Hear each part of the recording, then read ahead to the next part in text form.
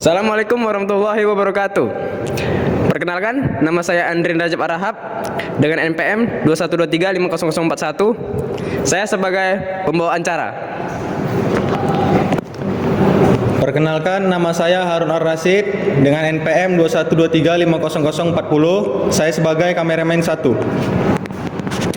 Perkenalkan, saya Fikri Rahmatsyah NPM 21235000 sebagai kameramen 2. Perkenalkan, saya Dika Andres Sitorus dengan NPM 21235006. Saya sebagai editor. Baik, kami akan menampilkan hasil dari video dokumenter kami.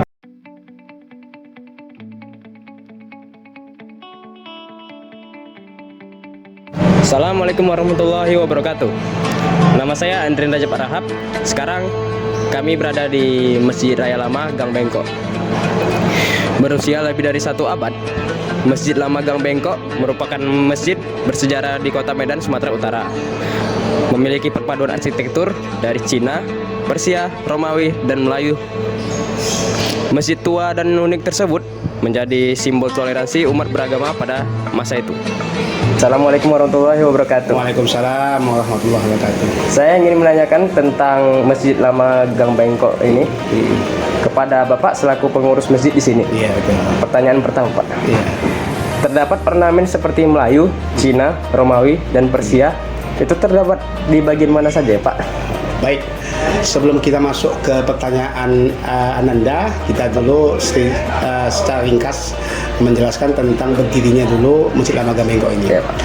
Masjid Lama Gang Bengkok ini bernama Masjid Lama Gang Bengkok karena memang bertepatan masjid ini berada di tengkolan, di bengkokan jalan. Iya, Pak. Nah, lalu nama adalah sebutan dari orang-orang yang datang ke masjid ini, bukan nama yang diresmikan, ditetapkan oleh petinggi-petinggi atau raja. Oh, iya. Jadi karena sebutan itu akhirnya menjadi nama sampai sekarang ini, Iya, Masjid Lama Gang Bengkok.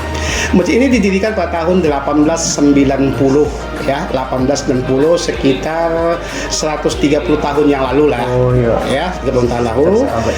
Didirikan di sebuah tanah yang wakafkan oleh seorang datuk yang bernama Datuk Haji Muhammad Ali Kesawan.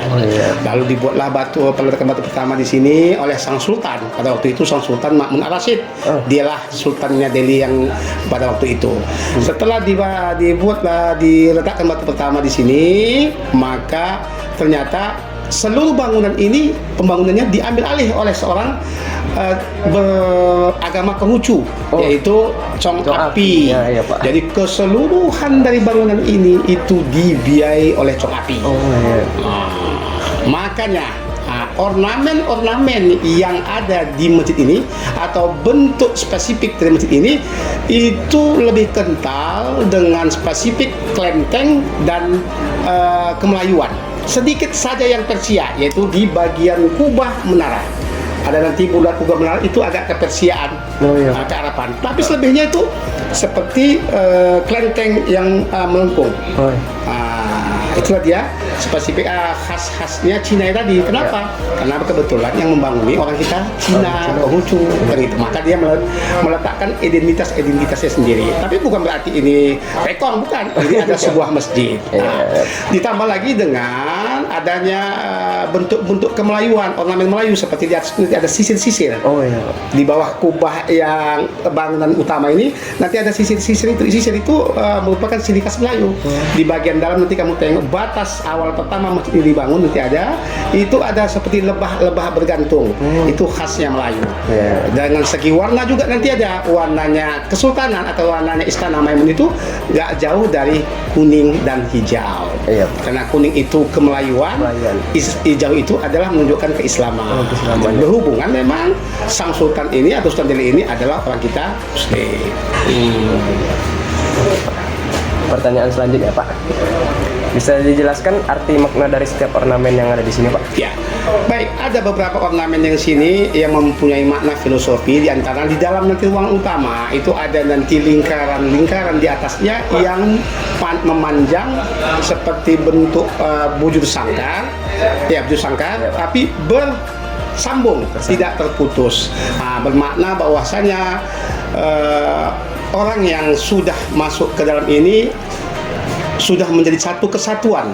Ya, meninggalkanlah segala macam bentuk pangkat, derajat, suku, ras. Jadi hanya satu di sini untuk beribadah kepada Allah, untuk mendapat ketakwaan kepada Allah. Tinggalkan semua itu. Nah, di samping itu juga kalau dari bangunan ini mempunyai tiang empat sebelah kanan, 4 sebelah kiri. Ke arah timur ada 8 jumlahnya.